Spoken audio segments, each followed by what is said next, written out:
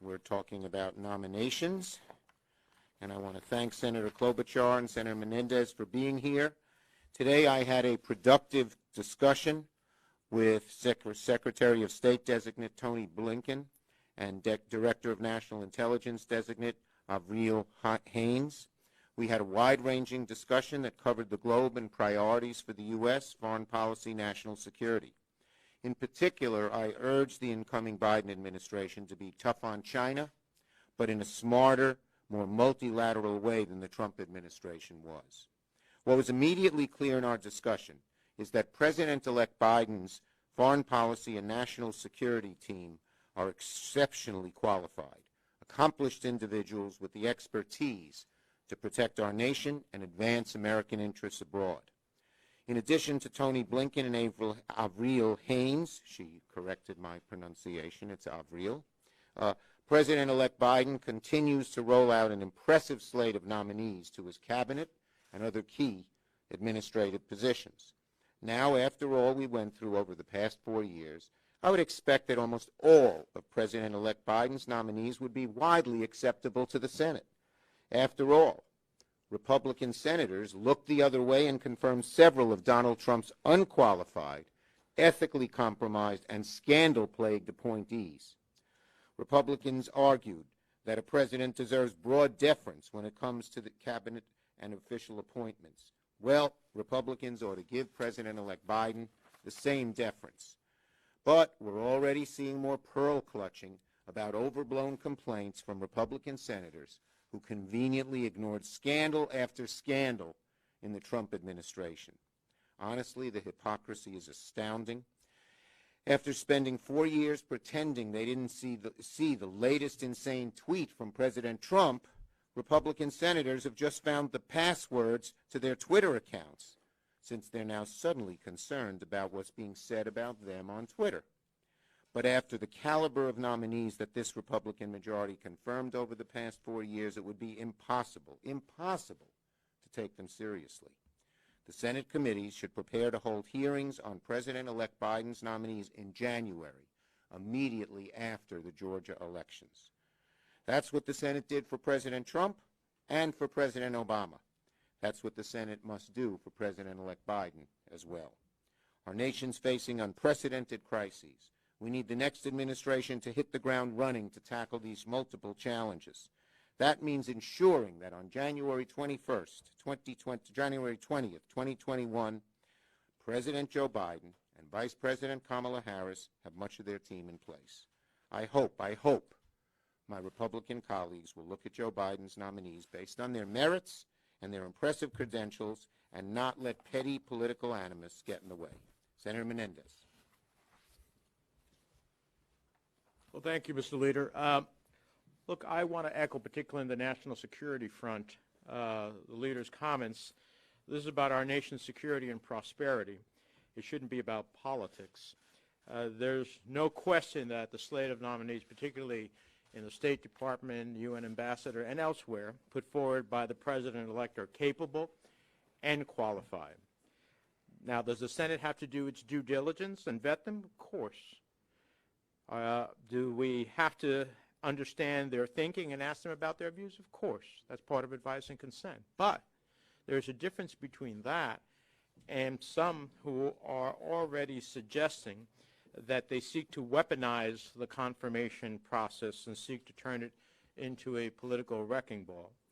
Those who ultimately, for their own purposes, as they may aspire for future election to the presidency of the United States, wants to use the vetting process in a way that undermines the very essence of what we need our nation to be able to do on day one, is that the American people deserve to have a government that not only looks like America, but that is up and running from day one to deal with the pandemic and the economic wreckage that has come from the pandemic, and to pursue our interests and extend our values around the globe. Today, I was on a panel with European parliamentarians, and the cry from all, and these are all people from the European Union, elected, different countries, different political beliefs and whatnot, but the one thing they want to see is America be back and engaged in the world. That takes a Secretary of State. Tony Blinken is an incredibly qualified individual to help us once again be back on the global stage, engaged, creating more allies, less enemies, creating more prosperity, less challenges, and that also takes a UN ambassador. And Ambassador Greenfield is an extraordinary. I know her. I helped her become the Assistant Secretary of State for Africa. When I was the chair of the committee, she's an exceptional example of an exceptional career diplomat. That's who we need helping lead the national security of the United States. That's what we need to get on day one, which means we need early hearings in January and a vote in order to guarantee it. Senator Klobuchar. Thank you very much, and thank you for your leadership, Senator Schumer, at this critical time, and thank you, Senator Menendez. I think that really President-elect Biden has set the tone here when he said this should not be a partisan moment, this should be an American moment, and we just don't have time to mess around. We have, as Bob has pointed out, security threats across the country, we've got across the world, we've got incredibly qualified nominees, which really are in keeping with the tone that the President-elect set from the minute the President would not concede this election.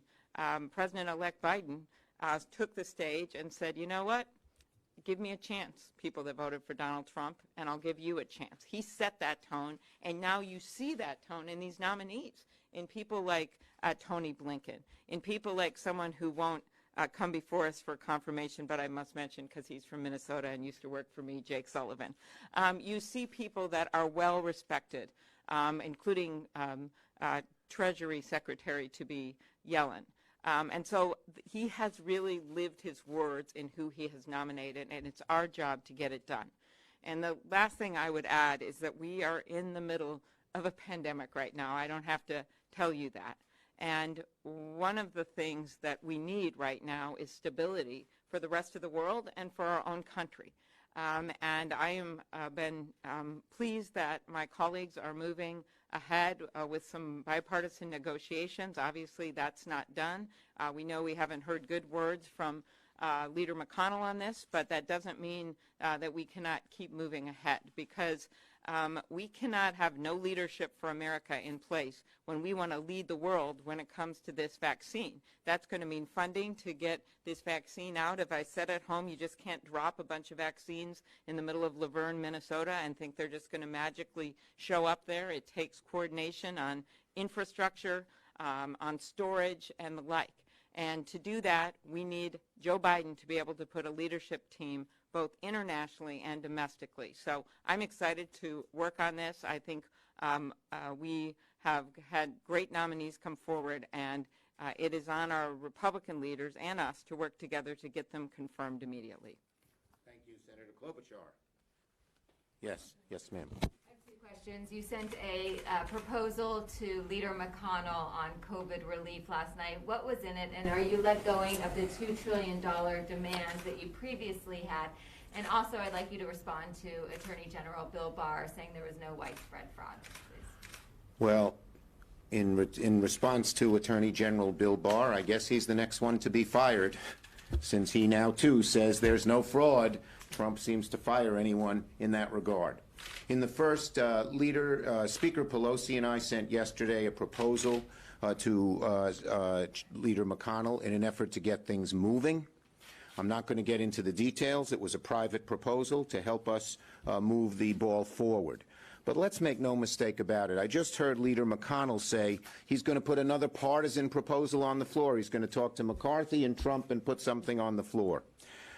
The obvious fact of the matter is the biggest impediment to getting an agreement is the Republican leader refusing to negotiate in a bipartisan way.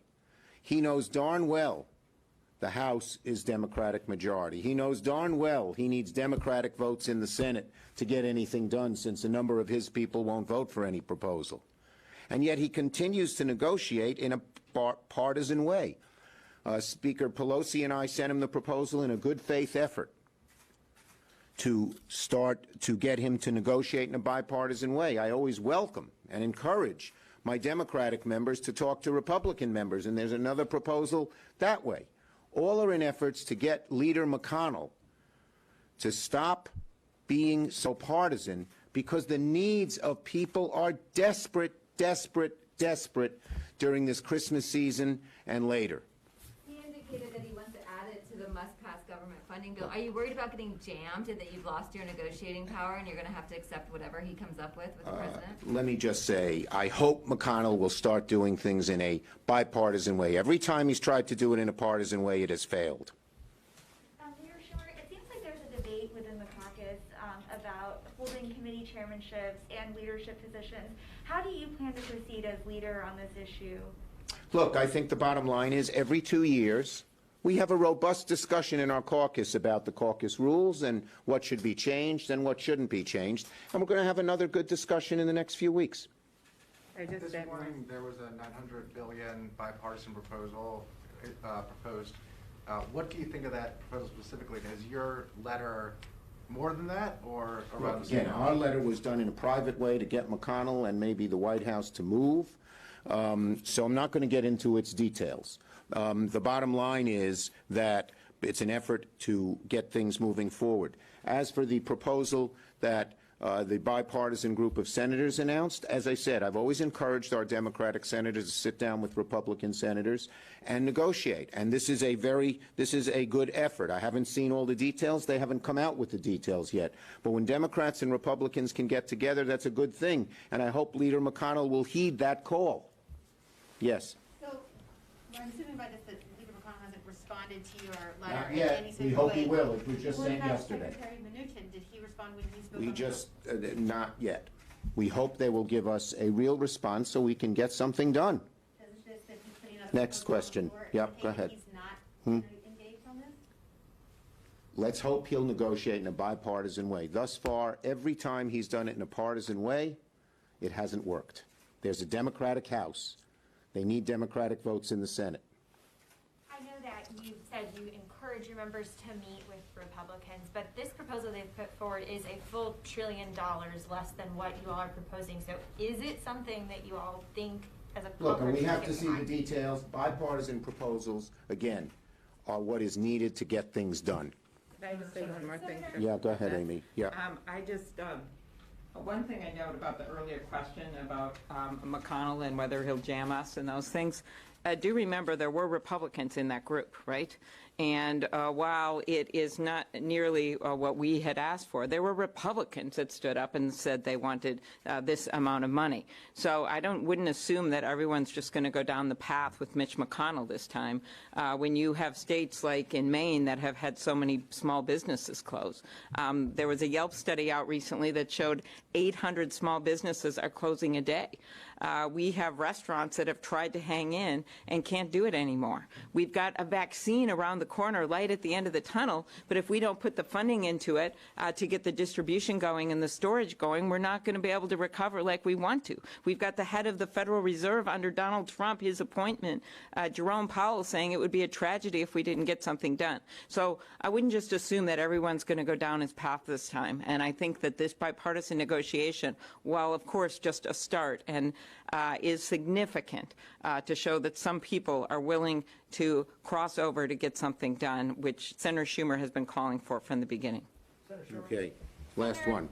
Joe Biden said that on his first day of office, he will give transgender students access to sports, bathrooms, and locker rooms in accordance with their gender identity in all federally funded schools. Do you think he has the ability to do this, and do you agree with this decision? I agree with the decision, and I know he'll check things out thoroughly legally. Thank you, everybody.